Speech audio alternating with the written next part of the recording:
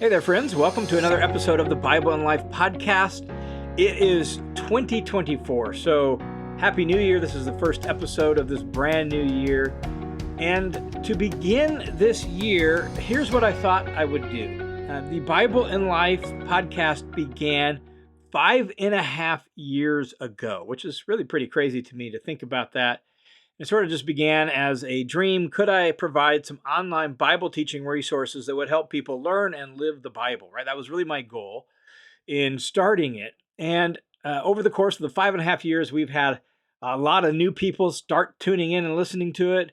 I've started the listener's commentary, which if you're not familiar with that, you can look that up on your podcast player as well. That's where I teach straight through books of the Bible and just kind of guide you through them and provide some real clear, down-to-earth teaching through whole books of the Bible, like a true commentary that you would pick up and read that would guide you through the book, but try to do it in real clear, down-to-earth language. So the listener's commentary. So over the last 5.5 years, there's been a handful of things I've done, some online courses, as well as I do some still preaching and teaching, both locally here in town as well as other parts around the country.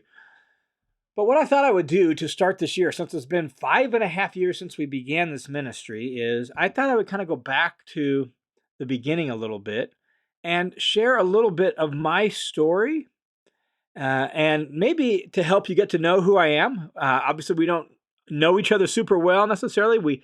We talk to each other online like this, and some of you email me, and I've gotten to know a little bit of your stories, but we don't spend like regular time together, and we haven't got to share a whole lot of history. So I thought it might be kind of helpful and beneficial to share a little bit of my story in order to help you understand the why behind what I'm doing. Why in the world is there a Bible and Life podcast? Why is there the listener's commentary? Where did that come from? And why am I doing that? Just to help you get to know me a little bit, as well as to get to know the heart and the aim and the purpose and the goal behind this online ministry. So I became well, let me actually start back before that. My earliest childhood memory happens to be the night that my dad walked out on my mom and left my mom to raise 3 kids by herself, all 3 of us. My sister was 5, I was 3, my brother was about 6 months old when dad walked out and left the family. And that's my earliest childhood memory. Now, my grandparents lived close at hand, and so thankfully they were a huge part of my growing up years, which was really great. And my mom had been attending a church there in town where I grew up. And it was, by all accounts, a very liberal United Methodist church. The United Methodist denomination, you can find the whole gamut, the whole spectrum of people in the United Methodist Church. Well, this was a really liberal United Methodist church, so much so that I went there from birth till 12 years old, and I can say that I have zero recollection of ever hearing the gospel. I never heard that Jesus died on the cross for the sins of the world. Never once in 12 years. That was not part of the teaching. So the basic message of the church was if you're good, you're going to heaven. If you're bad, you're going to hell. Most people are good, so most people are going to heaven. That was at least the early teaching as I understood it from birth to 12 years old. Now, the reason I bring that up is because when I was 6 years old at that church, the pastor used to, as part of the service, have all the kids come up on stage, and he would do a little children's sermon in the middle of the service before he would do his main sermon. And I was a little bit of a shy, bashful kid, and this was a fairly large church, and so there would probably be 100 kids or so that would go gather up on stage. And he called for the kids, and I hemmed and hawed and drug my feet this one particular Sunday, and finally decided to go up on stage. And so I went up to stage. Well, by the time I got there, all the other kids were there, and there was no place left for me to sit. And so the pastor reached out his arms and said, "Here, sit on my lap." And so on that particular Sunday, I sat on his lap and listened to the children's sermon. I was 6 years old. I remember distinctly driving home from church that day, and I'm guessing it was prompted by the kindness of this pastor saving this poor bashful kid from a really awkward moment. I remember telling my mom in the car on the way home from church that day, I'm going to be a preacher when I grow up. that was that. Never thought about it again. Never said it again. We continued to attend that church for the next 6 years. I don't remember a whole lot about that church. I remember going to Sunday school. I remember a few of my Sunday school teachers' names. And again, I never really recall hearing what I would consider central piece of the gospel teaching the whole time I went there. When I was 12, we changed churches. Some long-term family friends of my mom invited us to visit their church, and we did. And we attended there through my whole junior high years. So until I was in ninth grade, we attended this one particular church. And it was the first time in my life that I would say I experienced passionate worship of God. It was the first time in my life that I heard the gospel of Jesus' death, burial, and resurrection for our sins.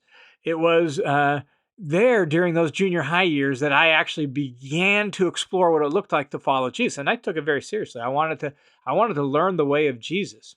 Well, after 3 years of attending that church, my sister actually started dating the preacher's son from another church in town.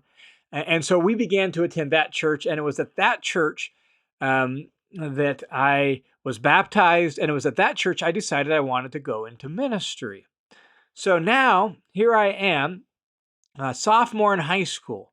I am about 15 years old. So it's been 9 years since I told my mom in the car after that moment with the children's sermon that I'm going to be a preacher someday. Well, during my sophomore year, I decided I think I want to go into ministry. And so I preached my first few sermons at this church while I was in high school. In fact, my very first sermon was preached on Easter Sunday at the sunrise service. Story for another day. But during this time period, when I was baptized there in that church, the preacher's wife had these very simple and somewhat cheesy worksheets that were designed to get people into reading their Bible. And so it would guide you through a chapter with some questions, with some fill in the blanks, even at times with some dot to dot, like I said, cheesy. But what it got me doing right from the start of saying, I really seriously want to follow Jesus, is it got me reading my Bible.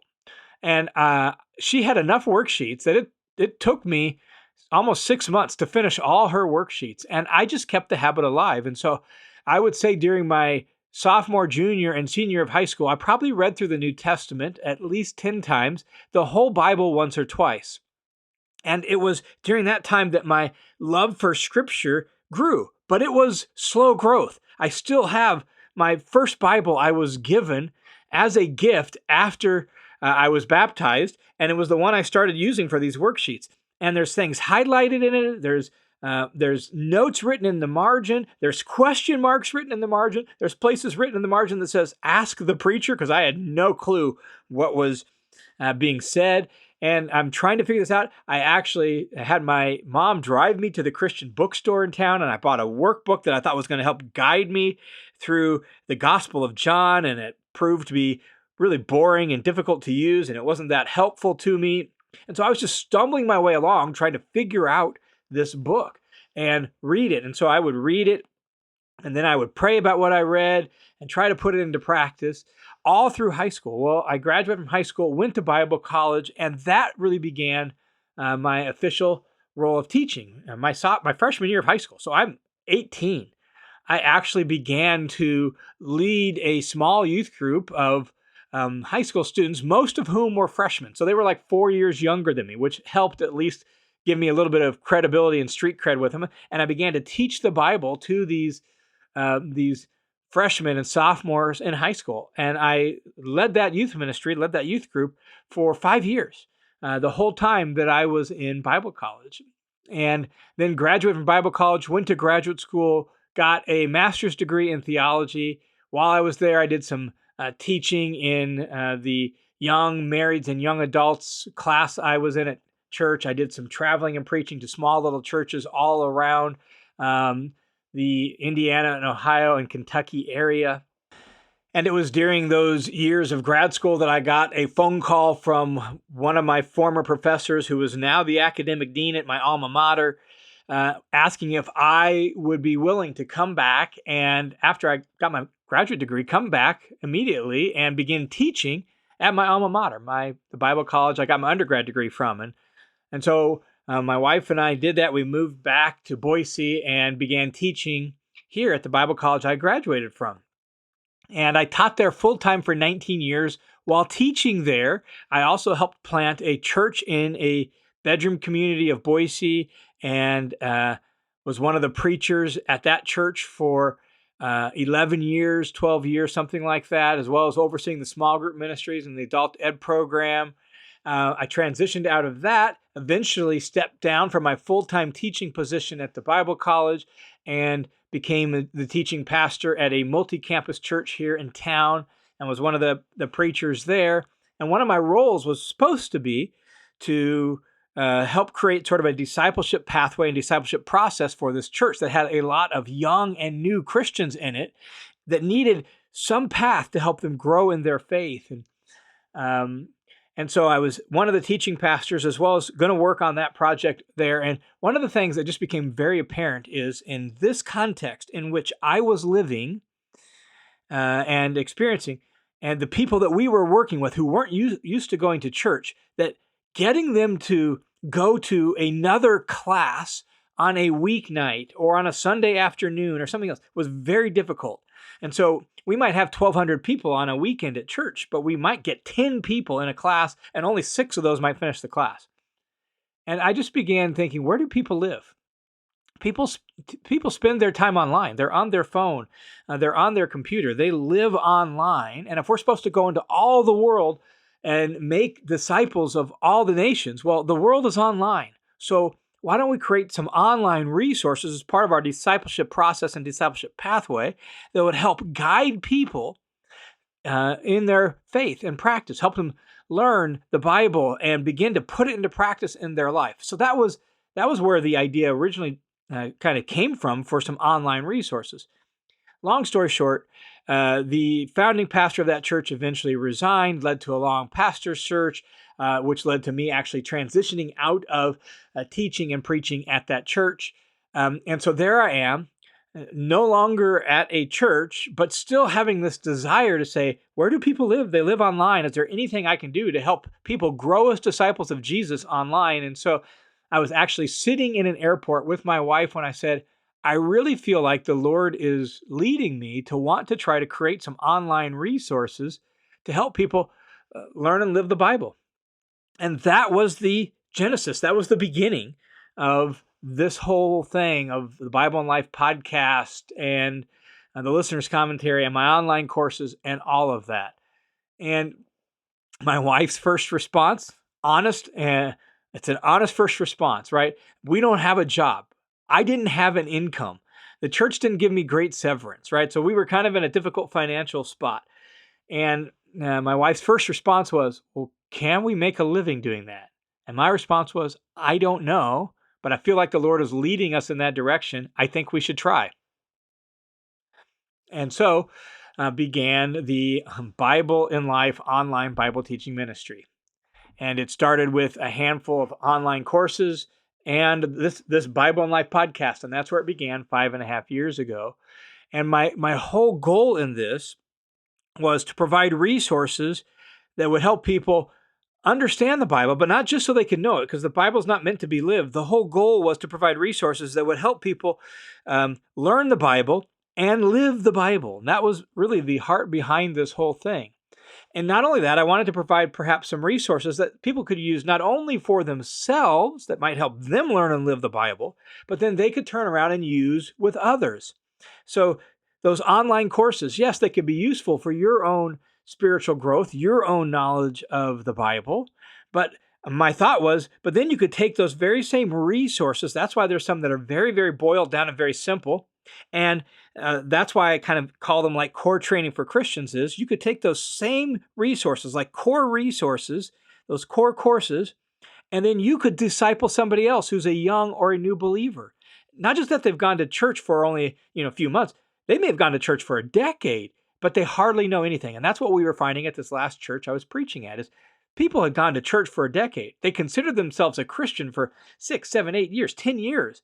They had been active in the church. Maybe they had been involved in a small group, but they hardly had any understanding of the Bible They hardly had any understanding of how they were supposed to grow in their faith and what would contribute to deeply being changed from the inside out.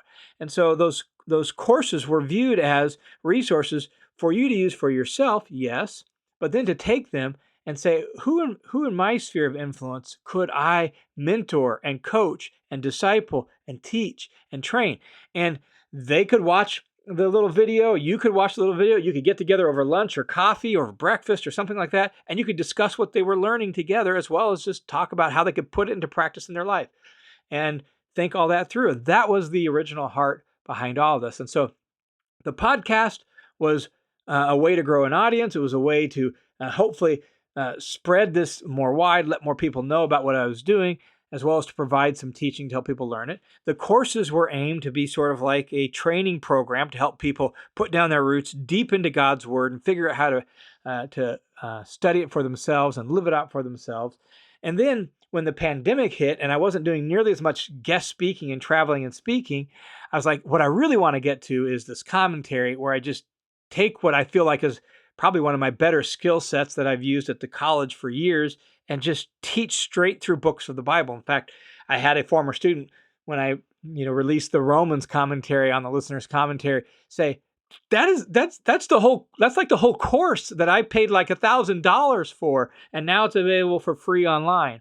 And my goal was just to teach people through that, guide people through that intentionally. So it's not just a collection of sermons, it's not devotional thoughts, it's not just like a class, it's intentionally set up to be accessible and useful online. And the heart of all of this was to be set in the context of discipleship to Jesus.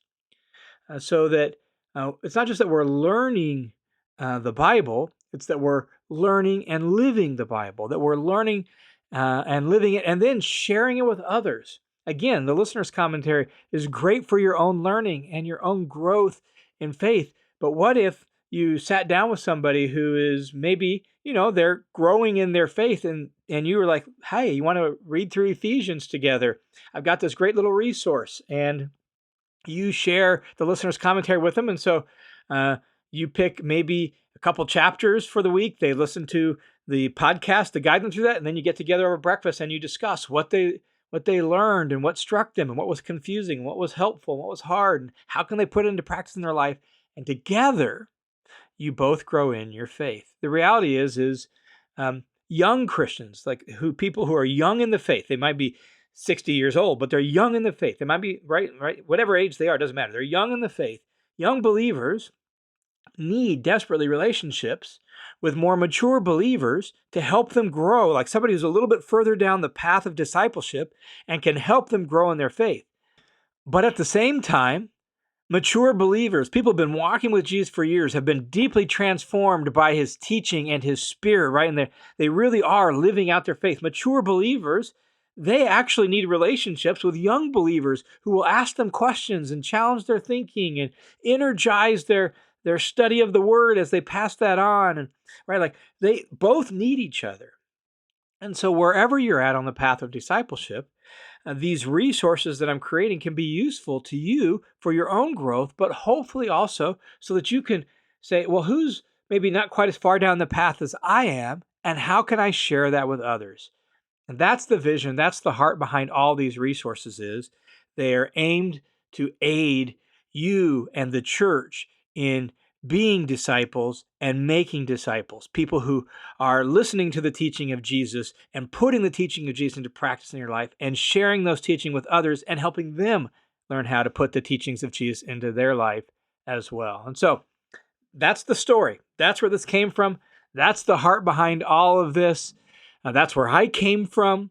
And the reason that this is so central to me is because way back in those early years when I was in high school and I started reading the Bible and I had all those question marks and I had these initial highlights and I had these notes and I had things like Ask the Preacher and all this stuff, what I found is I was deeply and powerfully transformed by just regularly and consistently reading the Bible.